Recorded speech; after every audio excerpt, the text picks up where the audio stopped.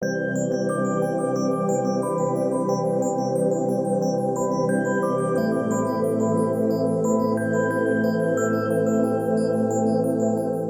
history of Ashdown Forest, from a royal hunting park to the present day, charts the lives of commoners who, by grazing their sheep and cattle and coppicing the forest, led to it becoming the largest area of heathland in the southeast.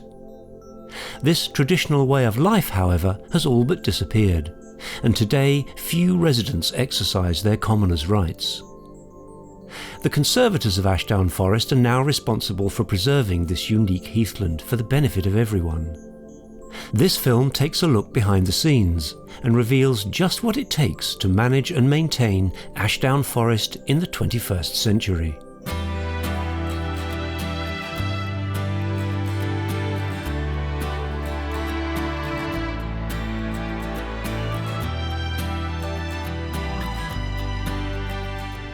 All the conservation work is carried out by a team of 4 rangers under the direction of a conservation officer and ultimately the forest director.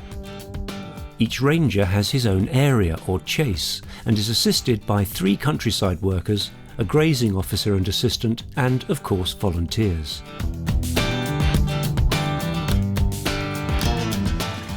Each season of the year brings its own tasks. Whilst some of the more mundane duties, such as litter picking, go on all year round, it's the autumn and winter months when the majority of the conservation work is carried out. Every Monday morning, a meeting takes place at the Forest Centre when the programme for the week ahead is discussed and the list of tasks is shared out between the teams. These meetings also provide an opportunity for staff to raise any issues, share information about events, and to discuss new projects. Throughout the week, staff at the Forest Centre handle a whole range of tasks. The issuing of riding permits, the mailing of commoners' rate demands and of the Ashdown Forest Life magazine. They also deal with bylaw infringements and all manner of inquiries from the general public. When a call comes in involving a deer collision or another emergency for the rangers, they're in radio contact with them immediately. Health and safety plays a big part in the daily lives of all forest staff, and some, if not all, of the rangers' duties carry a high degree of risk.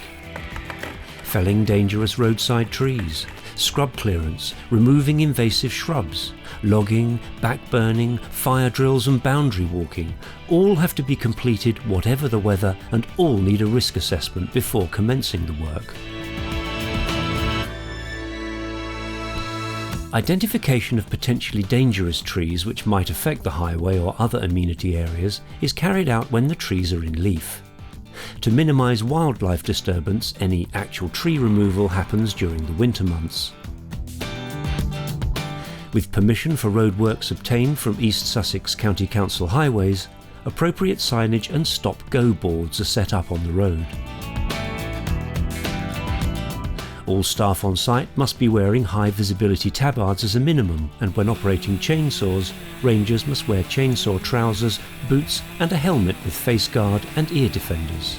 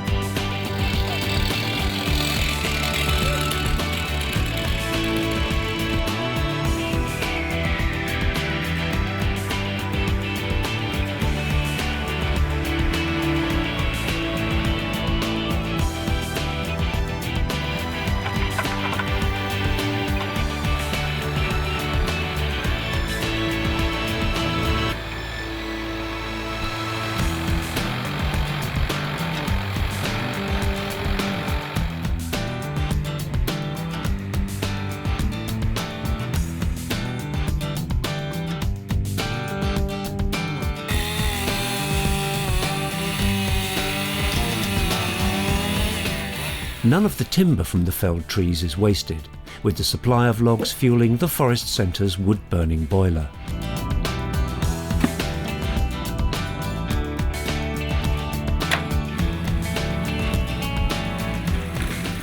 The clearance of young trees has caused some controversy, as people tend to believe that felling any tree is bad for wildlife. This simply isn't true. A lot of the woodland on the forest is young scrub woodland and, if left unchecked, would invade the heathland and destroy the unique habitats which are the reason for the forest's special environmental status and designations. So, specialist machines are used to clear large areas of recoverable heathland to encourage habitat regeneration.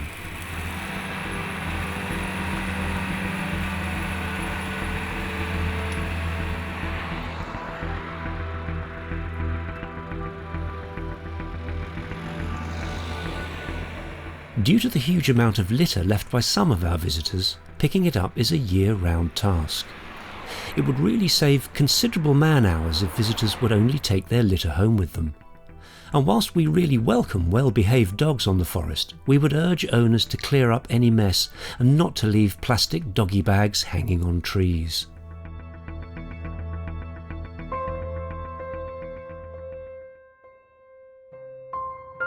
Unfortunately, whether by accident or not, the forest is very susceptible to fires, and these can quickly get out of control, destroying large areas. An uncontrolled accidental fire at the wrong time of year can have a devastating effect on fledgling birds in nests and emerging animals unable to escape the flames.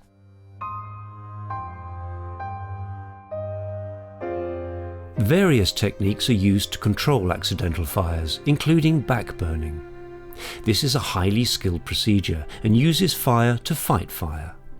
By setting the vegetation alight and allowing it to burn back towards the oncoming fire, a break is created in the path of the advancing flames, halting their progress. Training for this is a dangerous activity and can only be carried out during the winter before the ground nesting birds start building nests in the spring. Firemen from local stations will be on hand to assist with managing the fire if required, and also to learn how backburning can be used to manage a fire. All forest staff wear flame retardant overalls and safety boots, with the overalls pulled down over the top of the boots to stop embers falling inside. Flame retardant high visibility tabards are also worn, and all staff carry two-way radios for communication.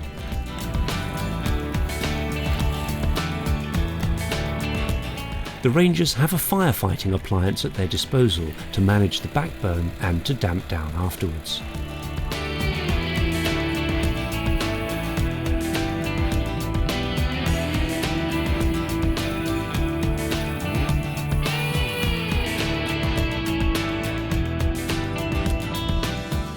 Once a year, armed with a GPS two-way radio and a forest boundary map, the rangers walk their particular chase to check that the boundaries are still in the right location and that no one has encroached on forest land. Before setting off, they inform the forest centre staff where they're walking and when they should be back. They will also log and report any instances of rubbish or abandoned vehicles on the forest.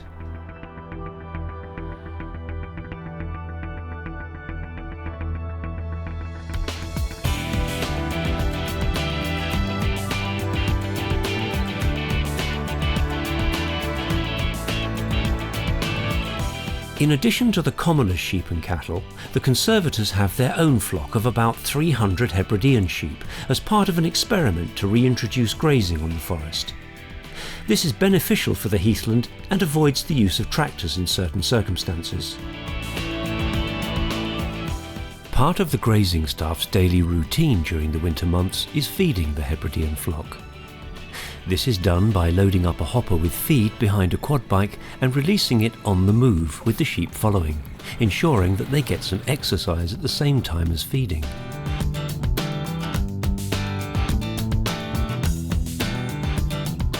Lambing takes place from mid-April, and soon afterwards the sheep are moved from their winter grazing areas back onto the forest.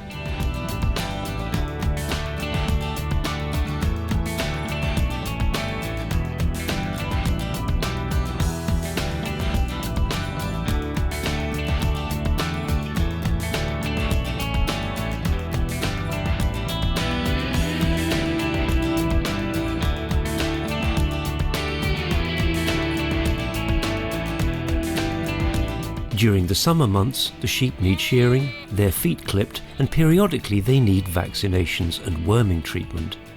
With a flock of 300, this is now quite a task.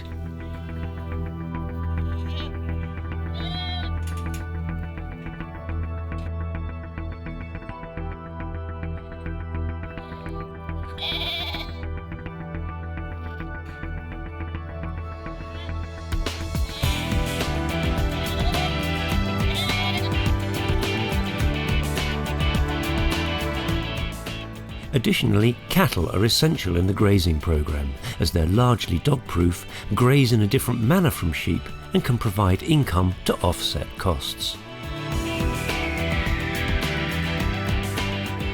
When selecting which breed to introduce, it was decided to go for rare colour forms of Galloway cattle, and there are also Exmoor and Welsh mountain ponies grazing on the forest.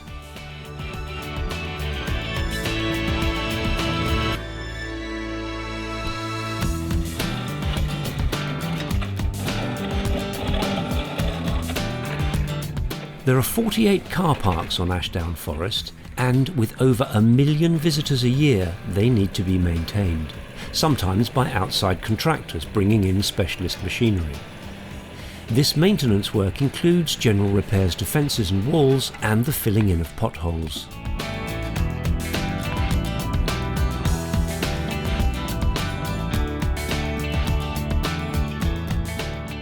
Fly tipping is becoming increasingly widespread, and identifying and clearing away this unwanted rubbish also forms part of the rangers' duties.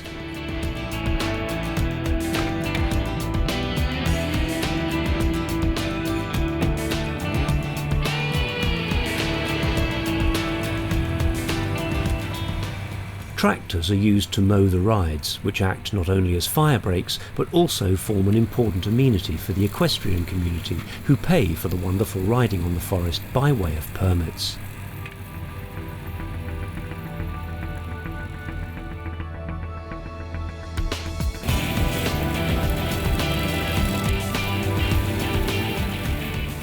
In the past, bracken was cut by the commoners in order to provide bedding for their animals.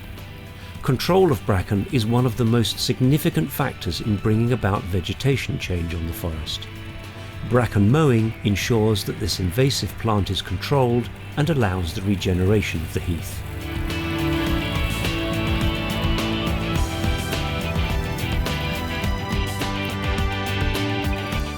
Purple rhododendron and black cherry are also invasive plants and would quickly get out of control if left unchecked. They're sprayed or dug out and burned so that they do not take over and suffocate the endangered species on the forest.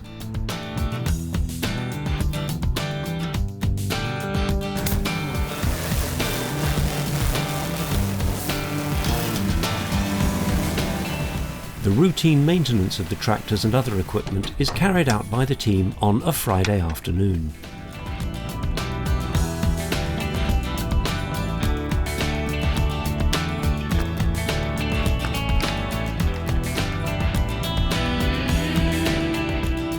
Wildlife surveys on the flora and fauna of the forest keep a check on how the conservation work is going and provide vital information on the general state of health of the forest. For example, there are butterfly surveys undertaken weekly from April through to September, and the results are sent to Butterfly Conservation as part of a national monitoring scheme.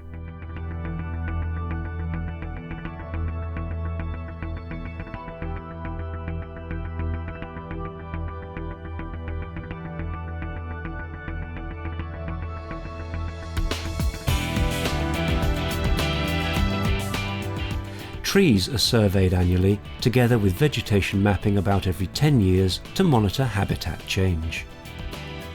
Birds are continually monitored by the Ashdown Forest Bird Group, and reptiles, pond life, invertebrates and ants are all subject to one-off surveys. Dormice are also regularly monitored and surveyed twice a year. Marsh gentians, early marsh orchids and fragrant orchids are counted annually, and invasive species are monitored continuously for spread and reinfection. These ongoing surveys also identify potentially dangerous trees, broken fences and encroachments, and help to build up a picture of tasks to be done in the months ahead.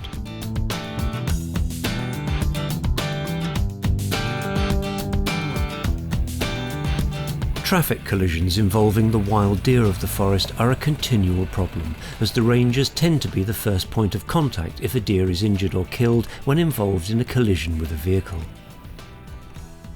Signs have been erected showing how many collisions have been recorded in the past 12 months, but really the education of the motorist is the best weapon against the high incidence of deer collisions.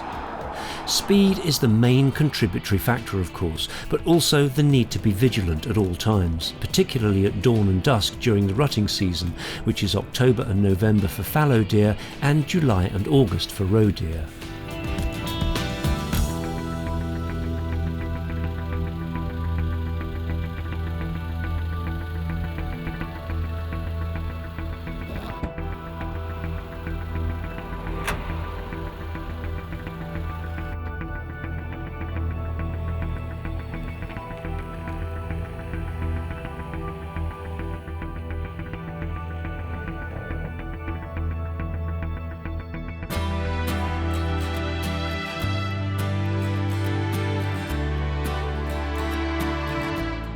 All of this vital conservation work is undertaken by a really small team of dedicated staff who have an extraordinarily wide range of skills. Without their efforts and those of the volunteers who help tremendously, the Heathland would soon be lost and this unique environment which supports so many endangered species would be gone forever. The role of the Society of Friends of Ashdown Forest cannot be overstated in this regard. Without their significant financial contribution over the years, much of the programme of ongoing conservation work would simply not have taken place, and the forest would certainly not be as you see it today. Since 1961, they have funded machinery and equipment, including rangers' vehicles, tractors, trailers, cutters, chippers and assorted mowers, radio systems, office equipment, publications, walks leaflets, signage and payments towards habitat and invertebrate surveys. They have also purchased and reinstated areas that were once part of the forest, including parcels of land at Isle of Thorns, Braebury Hatch, Chuck Hatch, Chelwood Gate and a 50% contribution to 69 acres at Chelwood Vashery. So a big thank you to all the friends, past and present, who've made this possible. If you care about Ashdown Forest and would like to be a part of the story, why not join the Friends and make a real contribution? Details can be found on their website and at the Forest Centre. We hope this film has given you a better understanding of the conservation work that is vital for the safeguard of the unique forest habitats. There are other films available at the Forest Centre, together with a wealth of printed material and guides designed to help you make the most of your visit. Together, we can enjoy and protect the natural beauty of Ashdown Forest for years to come.